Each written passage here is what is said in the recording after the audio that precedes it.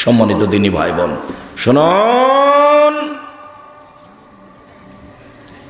আবু হুরায়রা রাদিয়াল্লাহু তাআলা আনহু বলেন, রাসূল সাল্লাল্লাহু আলাইহি সাল্লাম বলেছেন, মান শারাবাল খামরা লাম তুকবাল লাহু সালাতুন 40 লাইলা। কেউ যদি নেশাদার দ্রব্য পান করে 40 দিন তার নামাজ কবুল হবে না। এমন কোনো পাপ নেই দুনিয়াতে যে ওই পাপটা করলে এরকম ঘটনা ঘটবে। আপনার বয়স 80 বছর, একদিনও আপনি নামাজ পড়েননি, সালাত আদায় করেননি, আজকে বলছেন আমার ভুল হয়েছে, আল্লাহ তুমি আমাকে মাফ করো, আল্লাহ আমার ভুল হয়েছে, আল্লাহ তুমি আমাকে মাফ করো, এই কথাটা বললেই আপনার অতীতের সব পাপ ক্ষমা হয়ে যাবে। যদিও ইবাদতের জগতে সবচেয়ে ব্যতিক্রম, ভিন্ন ধরনের বিরল ইবাদত হলো সালাত। সালাত একটা ইবাদত যা মানুষের কোনো সমস্যা বোঝে না। কাপড় আছে না নেই, পানি আছে না নেই, মাটি আছে না নেই, তায়াম্মুম করতে পারবে কি পারবে না, কেবলা চেনা যায় কি যায় না, এই কথা ইসলাম নামাজ বুঝে না। শরীয়ত, ইসলাম, নামাজ এ কথা বুঝে না। আপনি পরিষ্কার কাপড় পরে নামাজ পড়বেন, পরিষ্কার কাপড় নেই, যেই কাপড়ে পেশাব পায়খানা লেগে আছে সেই কাপড় পরেই সালাত আদায় করবেন। পরিষ্কার অপরিষ্কার কোনো কাপড়ই নেই তো উলঙ্গ হয়ে সালাত আদায় করবেন। আশ্চর্য ইবাদত। পানি আছে ওযু করে পড়বেন, পানি নেই তায়াম্মুম করে পড়বেন, মাটিও নাই পানিও নাই এমনি পড়বেন। পৃথিবীর যেখানে যে অবস্থায় আছেন না কেন সেই অবস্থাতেই সালাত আদায় করতে হবে যে কোনো মূল্যে। এই সালাত জীবনে একদিনও আদায় করেননি, আজ বয়স এখন 80 বছর, আল্লাহ আমার ভুল হয়েছে আমাকে মাফ করো, আল্লাহ বলবেন আচ্ছা ঠিক আছে। কিন্তু নেশাদার দ্রব্য পান করেন যদি, তাহলে 40 দিন আর আপনার ইবাদতই কবুল হবে না। এক আশ্চর্য পাপ। রাসূল সাল্লাল্লাহু আলাইহি সাল্লাম বলেন, মান শারাবাল খামরা লা ইয়ারজাল্লাহু আনহু 40 লাইলা। কেউ যদি নেশাদার দ্রব্য পান করে তাহলে 40 দিন আল্লাহকে নিজের দিকে করতে পারবে না। পাপের জগতে ঘৃণিত পাপ হচ্ছে সুদ খাওয়া। রাসূল সাল্লাল্লাহু আলাইহি সাল্লাম বলছেন, মায়াকুল দিরহাম রিবা ইয়ালাম আসাদু মিন সিত্তাতি ওয়া সালাসিনা জিনিয়া। কেউ যদি জেনে শুনে 1 টাকা সুদ খায়, 36 বার জেনা করে যত পাপ হবে, 1 টাকা সুদ খেলে তার চেয়ে বেশি পাপ হবে। তিনি বলেন, আর রেবা সাবুনা জুসান আইসার ভয়ঙ্কর হল মহু। সুদের পাপের 17টি ভাগ রয়েছে। ছোট ভাগ হলো মার সাথে জেনা করলে যেমন পাপ হয়। রাসূল সাল্লাল্লাহু আলাইহি সাল্লাম বলেন, যারা সুদ খাবে বিচারের মাঠে তাদেরকে রক্তের নদীতে ফেলে দিয়ে পাশ থেকে পাথর মেরে তার মুখকে ভেঙে চৌচির করা হবে। যতদিন পর্যন্ত বিচার না হবে ততদিন পর্যন্ত তাকে রক্তের নদীতে ফেলে দিয়ে এইভাবে শাস্তি দেওয়া হবে। তার নাম সুদ। সুদ খেতে খেতে খেতে বগুড়ায় কয়েকটা বাড়ি করেছে, নওগাঁয় করেছে, ঢাকায় করেছে। আজকে বলছে, আল্লাহ আমার সুদ খা ভুল হয়েছে, তুমি আমাকে মাফ করো। এই কথাটা বলার সাথে সাথে আল্লাহ বলবেন, আচ্ছা ঠিক আছে, আমি তোমার সব পাপ ক্ষমা করে দিলাম। কিন্তু নেশাদার দ্রব্য পান করে যদি 40 দিন আল্লাহকে নিজের দিকে করতে পারবে না। আব্দুর রাজ্জাক সাহেব, এটা কেমন পাপ? তাহলে আমিও ভাবছি কেমন পাপ। তবে তার একটা কারণ 3-4টা হাদিসে পাওয়া যায়। দেখেন তো আপনি বুঝতে পারেন কিনা।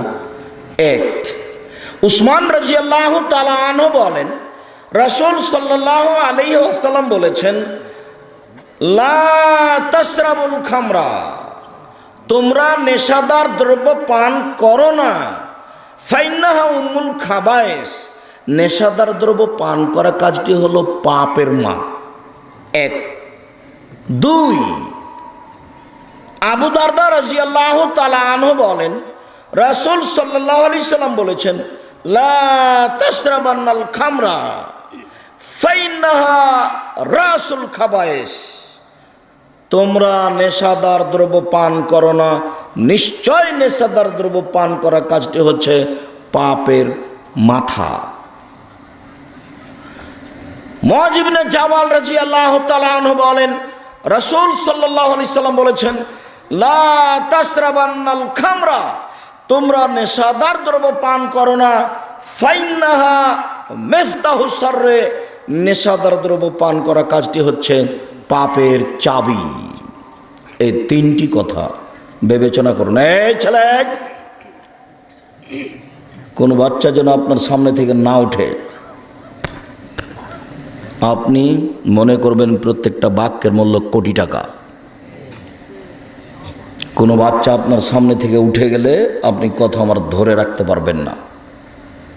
বসে থাকবেন এখানে, নিজেকে মনে কর পাখি যেন মনে করে আপনি পাথর। এক খেলে চেয়ে থাকবে না। এই ছেলেরা কারোর গায়ে হাত দিয়ে থাকবে না, আমার দিকে চেয়ে থাকো। মুরব্বী, অনুরোধ জানাচ্ছি আপনাকে আমি। এক, পাপের মা। দুই, পাপের মাথা। তিন, পাপের চাবি। আল্লাহ রসুল তিনবার এভাবে বললেন। চাবি দিয়ে তালাটা খুলে দিলে ঘরের ভিতরে যা কিছু আছে সব দেখা যাবে। নেশাদার দ্রব্য এমন একটি পাপ, মানুষের যখন বিবেক বিকৃত হয়ে যাবে নেশাদার দ্রব্য পান করে, তখন ও মাকে গালি দিবে, জেনা করবে, যে কোনো অন্যায় লিপ্ত হওয়া তার কাছে সহজ। এই জন্য এই পাপটা এরকম। এটা পাপের মাথা, মাথাই হচ্ছে মানুষের মূল। এইটা যদি নষ্ট হয়ে যায় গোটা দেহটা আর কোনো কাজ করবে না। যখনই নেশাদার দ্রব্যের কারণে বিবেকটা নষ্ট হয়ে যাবে তখন আর কোনো কাজ করতে পারবে না। ও ছেলেকে গালি দিবে, মেয়েকে গালি দিবে, মাকে গালি দিবে, কাকে কি বলছে তার কোনো হিসাব নিকাশ নেই। তাহলে তার বিবেক মার খেয়ে গেছে। এটাই হচ্ছে পাপের মা। মা মানে সব ছেলেমেয়ের আশ্রয়স্থল, থাকার জায়গা মা।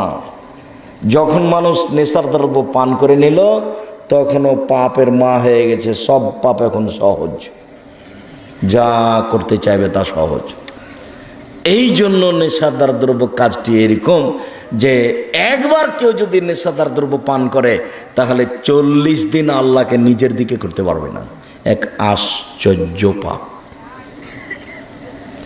আবু হুরায়রা রাদিয়াল্লাহু তাআলা আনহু বলেন, রাসূল সাল্লাল্লাহু আলাইহি সাল্লাম বলেছেন, শারবুল খামরে কাবেদে ওয়াসানিন, নেশাদার দ্রব্য পান করা কাজটি হচ্ছে মূর্তি পূজার মতো।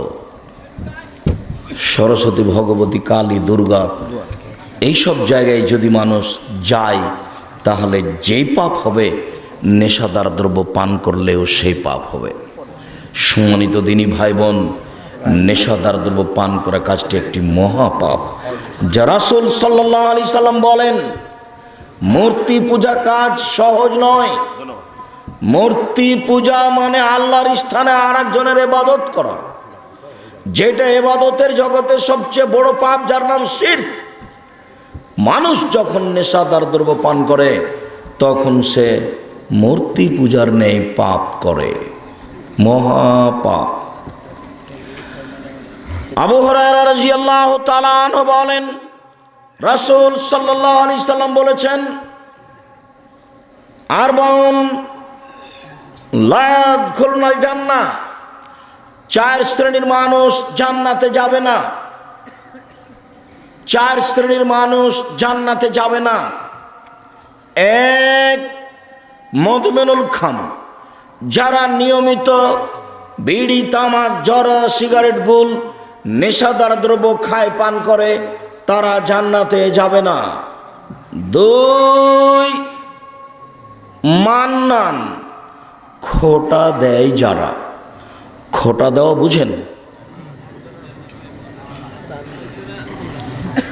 কালকে একটা গরিব মানুষ একটা ভ্যান কিনবে, তো আমার কাছে 5,000 টাকা কর্জ নিতে এসেছে, তো আমি দিয়েছি। তো আজকে সকালে আমি তাকে বললাম যে তোমার ভ্যানটা নিয়ে আসো, তো আমি একটু বাজারে যাব। আসেনি।